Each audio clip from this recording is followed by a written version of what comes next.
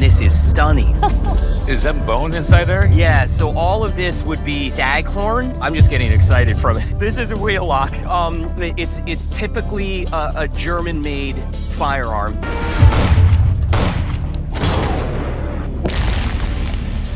There we go. That was good. Are we ready? Nice!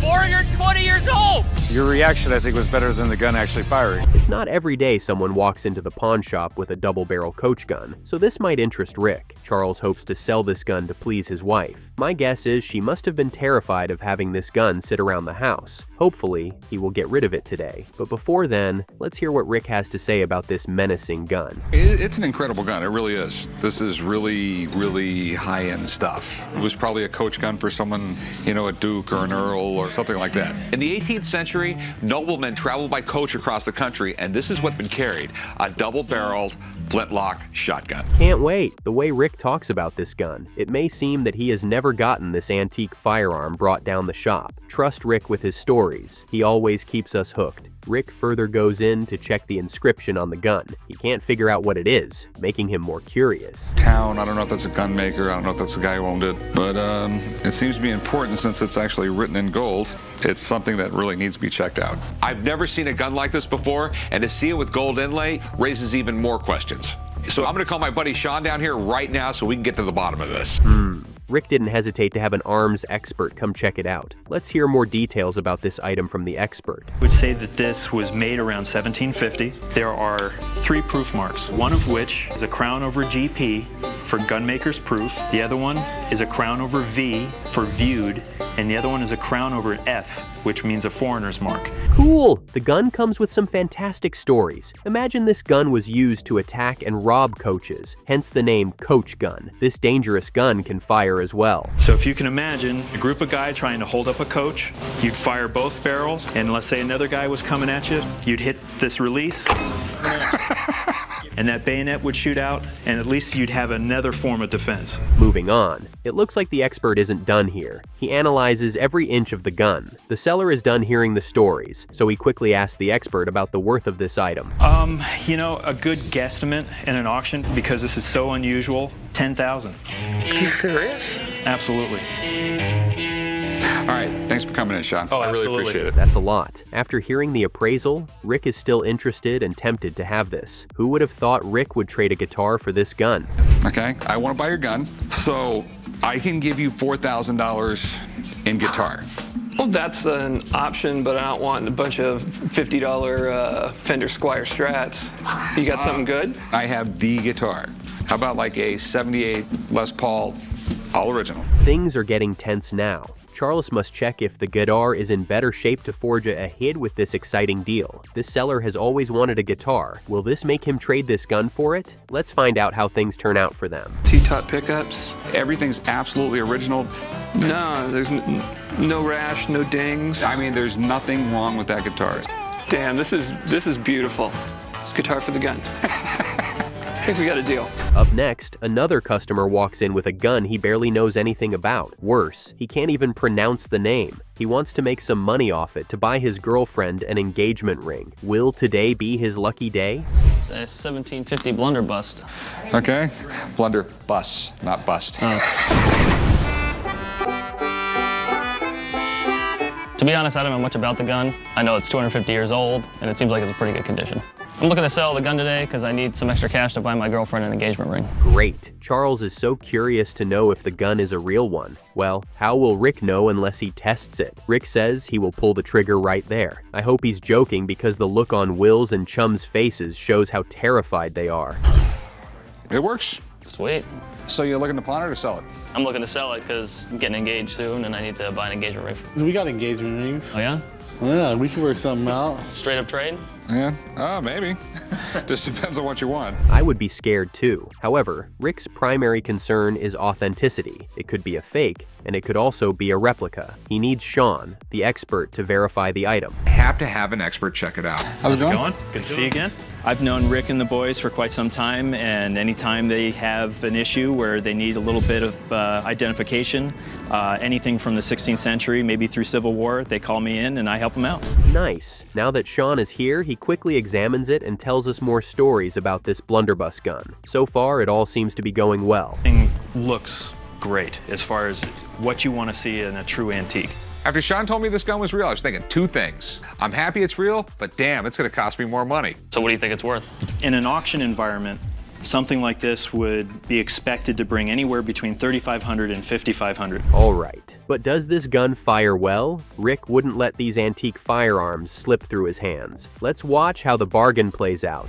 Man, I'm thinking $3,000. Keep on thinking. Oh yeah? That's what it's worth in a nice retail store. Do you have a nice retail store? No? We got one. You're not helping. You said you wanted a ring, right? Yeah, that's one. Okay. I'll go $2,000 cash or $2,500 trade. Yeah, I'll do the trade, man. Okay, cool, deal. All right. This next item got Rick flying to London. His friend Alex got a lead on something that might interest him. Let's see what happens. And we're gonna go in there, we're gonna take a look. Maybe I'll buy something, maybe I won't, but it's gonna be a fun day. Rick, meet the Finers. Peter's the father. Rolly and Red also work with him, much like I work with my father. And in fact, Peter and my father have been friends for about 40 years, so I've known this family a long time. An arms dealer shop run by a family? That's interesting. They have pretty and fancy pieces, but you won't believe what the shop owner decides to show them. One of the pieces I'd like to show you guys is this pair of pistols here by John Christie. That is some crazy work. Made in Scottish style by a Scot, but made actually in his own private workshop in the Tower of London. George III commissioned John Christie to come down from Scotland to make dress pistols and such like for diplomatic gifts. Oh yeah, arguably this gun is a functional one. It's pretty amazing how it is made of steel and brass. The seller enlightens Rick and Alex about the engravings on the gun. Sort of grotesque face on the butt of the pistols there. And all of this, how is all of this work done? This is all engraved, chiseled and engraved, yeah. Can I pick one up? Yeah, sure. It makes you feel royal.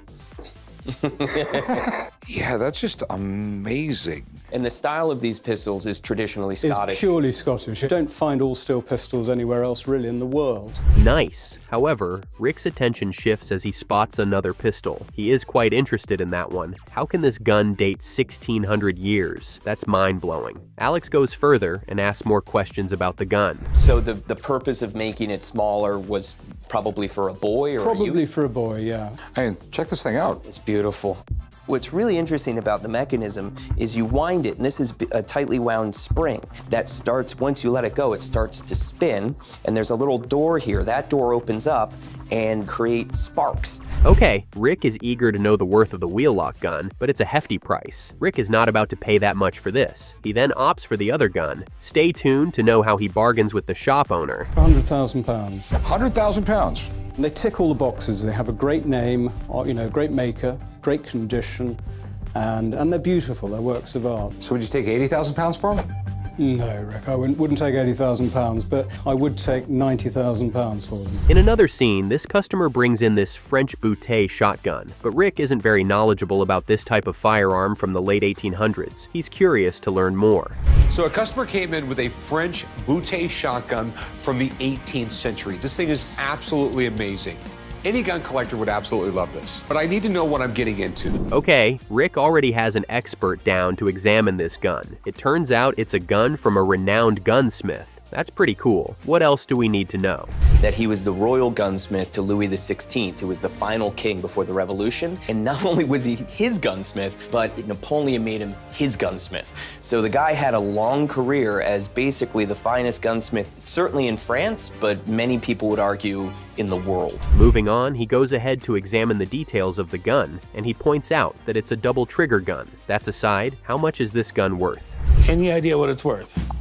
So simple Boutets will start easily about $10,000. One like this, on a scale of 1 to 10 as far as decorative, this is about a 6. So they get very, very decorative. The one thing I'd like to do is I'd like to test it. If it fires how I believe it would, I'd be more comfortable evaluating it. Okay, but before then, it is crucial to know how well it works and fires. Now that they are in the field, let's see what Alex has in store. Things I have found in this direct sunlight is actually the barrels are also marked. So this barrel is marked Bouteille, and then the other side, it's marked manufactured in Versailles, and it has a serial number 322. So that actually might be traceable, which is really nice to see on the barrels. It's the moment of truth. Alex is willing to do the honors of having this gun fired. There we go. That was good. So it fires, it works, everything's perfect on it. It functioned exactly as it should function. Impressive. Now to the next stage, Rick is shocked by the expert's valuation. It's now up to Dennis and Rick to negotiate on this Bouteille shotgun. Watch out for more. We're asking 10, I'm assuming you want a little bit more now? No, I want a lot more. All right. 20. I think that's a pretty fair offer. I'll give you 15 grand for it. 18. I'll tell you what, I'll give you 16 grand for it. And normally I'd pay you a little bit more, but something like this, I'm not gonna see money back for a year or two. Paul walks into Rick's shop with his Colt revolver for Rick. It's quite an interesting antique pistol, but he doesn't know much about it. He wants to use the money to take his family on a vacation. I came down to the pawn shop today to sell my Colt revolver. I don't know much about Colt revolvers. Mine looks old, and I'm hoping it's worth a lot of money. If I'm able to sell the revolver today, I'll probably just take the family on vacation, maybe a cruise or something. Nice. Rick decides to do a little bit of schooling by analyzing the gun. A Colt Patterson piece intrigues Rick and makes him curious to find out more. I'm a bail bondsman, and somebody put it up for collateral, and they never paid off the bond, so they surrendered it. There's an appraisal on it. I took it in for $25,000. That's what they owe. That's what I'd like to get. Okay, Let's see how it goes. To be safe, he wants to call in an expert to verify this gun. Now that Alex is here, what does he have to say? I mean, at first look, it's gorgeous. What's really nice about this is a known pistol. This has been in 2 books, and one of them is the Colt Bible. I'm curious. He goes on to analyze the item and also talks more about Colt Patterson and his works, but Rick's primary concern is the serial number inscribed on the gun. but there's some really weirdness with the serial numbers. But I think it's a pretty fair assessment to say they were making them thousands and shipping them out, and that could just be a simple mistake. He's worried. The expert talks more about the design of the gun and goes on to give his assessment. Paul is pleased with the appraisal, and I hope both men strike a good deal. I mean, what's your best price? You give me $40,000, I walk out the door. No, if at 40,000, you're walking out the door with the gun. Even though you can sell this for 55, 60,000 here. No, he says maybe. 35. I go 26. 27,500. Gun's yours. Let's find out what this gentleman has to show Rick. A Marlin gun. He's pretty sure that it's one of the best. Let's hear from Rick himself. I'll be the best of the best that you can get. Marlin, the guy who owned this company, originally worked for Colt, right? Correct. Every great gun company in the United States in the 1800s either worked for Colt or Winchester at one time. The 2 big ones. I know they became really huge in military contracts during World War I. Right. This seller knows his gun. The way he meticulously examines this gun and explains it to Rick shows how knowledgeable he is when it comes to firearms. What's Rick's thought on this? I mean, this gun is top-notch, right down from the gun itself to the amazing engraving. To say I'm interested would be an understatement. It's a great rifle. The action's still good. You had to have good eyes to look through there. Yeah, I'm just seeing blur. Let's hear it. With the price the seller is asking for, despite the gun's condition, Rick isn't ready for that massive amount. But let's find out how they both conclude. I think that's a fair price on the gun. It's a big drop from 41. 21,000. I take the gun, I take all the risk. I'm the one who's got to resell it, and you walk out here with money. 28,500. 21,000. That's the best I will go on it. 21,000. I got to make money. Another Colt Patterson gun great. This time around, Mike meets Chum and Corey in the shop. Chum is curious why this item is unique. So what's so special about this gun? Before this gun, the only real reliable guns out there were the single shot cap and balls. This was the first successful repeating gun. Yeah, this was the very first one that used a rotating cylinder. Who wouldn't? The seller is willing to explain explicitly about the gun attached with stories, but Corey isn't familiar with this story. Mike wants $15,000 for this. easily worth every penny of $15,000 in this condition with this story? You know, it very well could be, my man. It all goes down to condition and serial numbers, and after all that, I mean, I have to be pretty cautious because... It's a good thing Corey decides to have Craig, the best man for the job, down to the shop. Mike goes on to explain to the seller about the gun. Who was a colonel with the 50th Artillery Regiment from Georgia during the Civil War. He was a Confederate. He was a Confederate. Okay. Buffalo Bill got this gun from him at some point, returned it to his daughter. He pays rapt attention, but what's the expert's opinion on this item? Craig analyzes the gun closely. Corey is just concerned about the authenticity because the previous time, a customer brought in a fake Colt gun to the shop. I hope the expert identifies the authenticity. Okay, the barrel's 7.5 inches long. Were they standard at 7.5 inches now? They made them 7.5 inches and they made them 9 inches. This is a standard barrel length, which is good. Now, we talked about this being an early gun. Let's look at the serial number. The serial number will appear usually in 2 places. Moving on. Craig goes deeper by checking the serial number, which determines the value. The atmosphere is tense while waiting for the outcome of the assessment. How does it go? Okay. I mean, it's a really big deal. Let's look around for more serial numbers. There's usually one under the grip, and the number is bigger than 2. How much bigger than 2? 936 numbers bigger than... Oh boy, the expert explained more about the gun, and I'm sure everyone had had enough of the stories. Is this gun desirable or not? It doesn't become an undesirable gun, it just means it's got mismatched serial numbers. Okay. That being said, what's it worth now? Okay, the condition of the gun is what I would say is maybe poor plus, but there are probably about 100... Let's move on to the next agenda, the worth. The seller seems pretty excited after the appraisal. This is going to be a tough one for Corey. Let's see how he handles it. You're not gonna get another chance. Appreciate it, man. Take care. Well, it's not number 2, but it's still a Colt Patterson. There were less than 1,000 of these guns made, and that means something. It means that it's a very rare gun. Well, you heard what he had to say. What do you want for the gun? I was asking 15. This customer brings in a weird-looking item for sale. Rick doesn't know much about this item, but he hopes his buddy, who is a gun expert, might be a good help. The expert immediately comes to the shop to see what Rick called him for. Let's get moving. I mean, intrigued is an understatement. Let me see this thing. So this is a peg leg with a gun in it. Wow. Look at this thing. I have never seen anything like a peg leg with a flintlock in it, ever. This thing is insane. So... Yay. It's vital to verify the authenticity of this item. Is it a real gun or a movie prop? The expert explains why this item can't be used for a movie prop. I don't think it's a movie prop. I think it's much too sophisticated for it. I mean, it looks like it would function. Nice. Right? Nice. Sweet.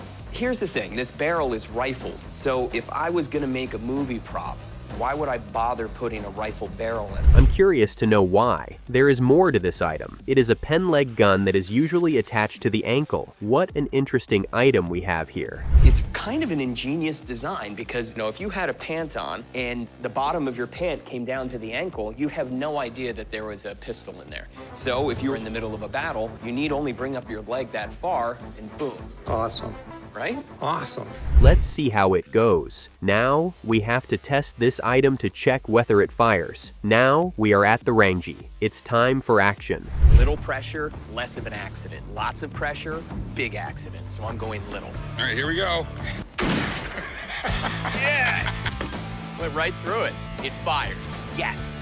Now I've done my job and it's between Rick and the seller. Does anyone else want to fire it? Wow, this fires well. With the looks of things, Rick is tempted to have this item, but we can't move on without knowing the worth of the gun. There's no other peg leg gun out there to compare it to, but it really works and it has an ingenious design, so what crazy collector out there wouldn't want this? I would say probably somewhere in the... We're all ears. Now, it is up to these men to decide on the final price. Will Rick get this item at the pawn shop? Stay hooked to find out. I'm the one that's laughing now with a pocket full of money as I hop on my one leg out of here. It's one of the weirdest things we ever bought. Well, I know it's weird, but that's why it's so great. I mean, I'm just telling you, if you're 12 years old, would you think that was the coolest thing in the world? No. You're so lame. Rick is familiar with this particular customer. What does Davey bring into the pawn shop today? Davey is prepared for Rick as he comes in with paperwork proving its authenticity. What is Rick thinking about this? Unique, and I have never seen one fire. Who's first? That's why I'm here. Okay, you're the guinea pig. On this thing, I'm happy to be. I got a tourniquet and a med kit, so if anything goes wrong, we're ready. We're ready. They got their protection on? Good, good. Well, if it blows up. I'm eager to know. Rick is, however, skeptical about the paperwork. Who wouldn't be, since it has been in one place since 1500? Rick is curious to know how much Davy wants and is willing to sell this sword. When you are cranking that, you can feel every click, every tooth engaging in it. It's a really interesting gun. Here we go. All right, Rick struggles to unsheath the sword, but thankfully a sword expert is here to lend a hand. Let's hear more about this item from this expert. $27,500. So what's your best price on this thing? I'm asking $30,000. Okay, he just said they go for right around $27,000. Okay. And it takes a tremendous amount of real estate on my showroom floor. I'll give you 18 grand for it. I can't do 18 grand. How about... Cool, this sword was crafted by one of the best, but everyone is curious to know the worth of this sword and item in excellent condition. Like, this can be worth more. But there's some really weirdness with the serial numbers. Most Colt collectors go, I want all matching serial numbers. But I think it's a pretty fair assessment to say, look, these were hand stamped, they were making them. Let's hear from the expert. Is Davy going to walk out the door with his initial price? It now balls down to Rick. However, the seller wants to trade this sword with an item of Rick's. What could it be? I would safely guess that this would sell for $35,000. If it went above 50, it wouldn't really surprise me. Wow. I was thinking it was going to be a little bit less than that, but I'm not surprised. I mean, it's a beautiful piece. Okay, well, thanks, man. You're welcome. Appreciate it. Is Rick willing to trade his custom sand rail for this sword? Davy wants to give this a test run to see how it works. Thanks, because I'm taking this $27,500, and I'm going to take the whole family on vacation. What is this? This is a model 1894. This is like the nicest Marlin you could order out of the catalog, period. Just about. This is an amazing looking gun. Cool, now that's settled. Let's see both men get down to business for the bargaining. This is going to be a tough one. Stay tuned to find out how it goes. That's some pretty amazing engraving on this thing. Yep. You got platinum and gold on the trigger. Up on the barrel, you also have some gold inlays and platinum inlays there. Special wood, special sights, case hardened frame. Shotgun butt. This gun's got like 9. This seller approaches Chum with a case. What could be inside? He goes on to show Chum. Richard is confident that this item is legit and hopes to make a huge deal. And I have never seen one fire. Who's first? That's why I'm here. Okay, you're the guinea pig. On this thing, I'm happy to be. I got a tourniquet and a med kit, so if anything goes wrong, we're ready. We're ready. They got their protection on? Good, good. Well, if it blows up. Interesting. Chum enlightens us about this piece and the artist. Most of the artist's work is priceless, and I hope this is too. Richard points out that he got the art from a trade sale. When you are cranking that, you can feel every click, every tooth engaging in it. It's a really interesting gun. Here we go. Interesting. The seller hopes to get $80,000, which is massive. Even Chum is shocked. Anyway, Chum needs some help to make the right decision. $27,500. So what's your best price on this thing? I'm asking $30,000. Okay, he just said they go for right around $27,000. Okay. And it takes a tremendous amount of real estate on my showroom floor. I'll give you 18 grand for it. Right. The expert starts with some entertaining stories about this piece. This item sure has a lot of history attached to it. We do this all day long. I think you're out of ammo. So a customer came in with a French Boutte shotgun from the 18th century. This thing is absolutely amazing. Any gun collector would absolutely love this. What next? It's so evident that the expert isn't going to agree with Richard's stated price because he is aware of the worth of an item like this. Richard isn't happy with the appraisal. So Boutte was the gunsmith in France in the 18th century and into the beginning of the 19th century. He was so good that he was the royal gunsmith to Louis XVI, who was the final king before the Revolution. Yikes. How much is Chum willing to offer now? Is $23,000 a low offer? This is a tough one. What I'm doing there is just making sure that the springs are still good, and they certainly are. And so it's a double trigger. So one trigger fires one cock, the other fires the other. So you see Bouttes in some of the finest museums in the world. There's a series of Bouttes at the Met. However, Richard is willing to switch up the game by trading his piece for silver. Will Chum agree to something like this? Most importantly, will Rick be happy if Chum agrees? Grab a piece of paper, I'll write down the address for you. I think my wife would get really mad if I came home and said, I saw a really nice bouquet at work today. Hello, boys. Hey. So the bouquet looks all polished up and ready. This man has nothing to sell but a Las Vegas casino chip. He has been into chip collecting and hopes to make a good deal from his $5 casino chip. He meets Chum and the old man. Let's see how they react. Las Vegas Club, which is still downtown, was one of the end places to be. In fact, it's one of the oldest casinos in town. Back in the day, $5 was a huge bet, and a person that bet $5 a hand was classified as a high roller. A lot of the old school Vegas guys. Okay, how rare is this item? The old man knows how hard this is to come by, and he's tempted to have it. The great thing about it is that it's in good condition. This chip here is as good as it gets. You want to pawn this? You want to sell it? I would like to sell it. So how much you trying to get out of it? $6,000. I paid you $6,000 for you. It put me in my grave. From what I understand, back a long time ago, casino. Nice. Let's watch as they both negotiate. The seller wants to trade it for an item on display. Will the old man agree to it? Let's find out. We're trying to sell these statues for $600, but I only paid $100 for them. So if it's what I have to do to sweeten this deal, that's okay with me. Deal.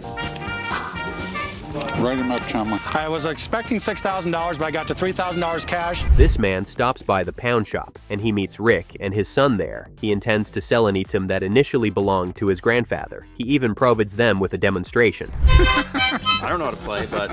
Okay. Do you know anything about it? Not really. Okay, I've actually seen a few of these before. That right there, that really seriously ugly dude, his owner, the guy who owned the company.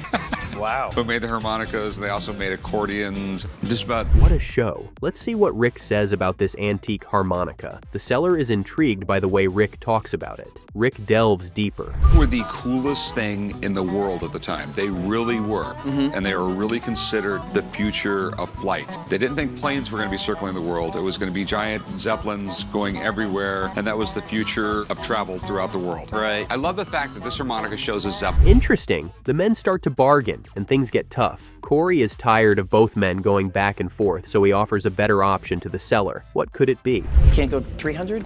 No, I'd go $200 on it. 250? I mean, the thing's worth like $250, $300. I'm gonna make it $100 on. I'll tell you what, man. I'll do $200 and a fake Timex I have in the back.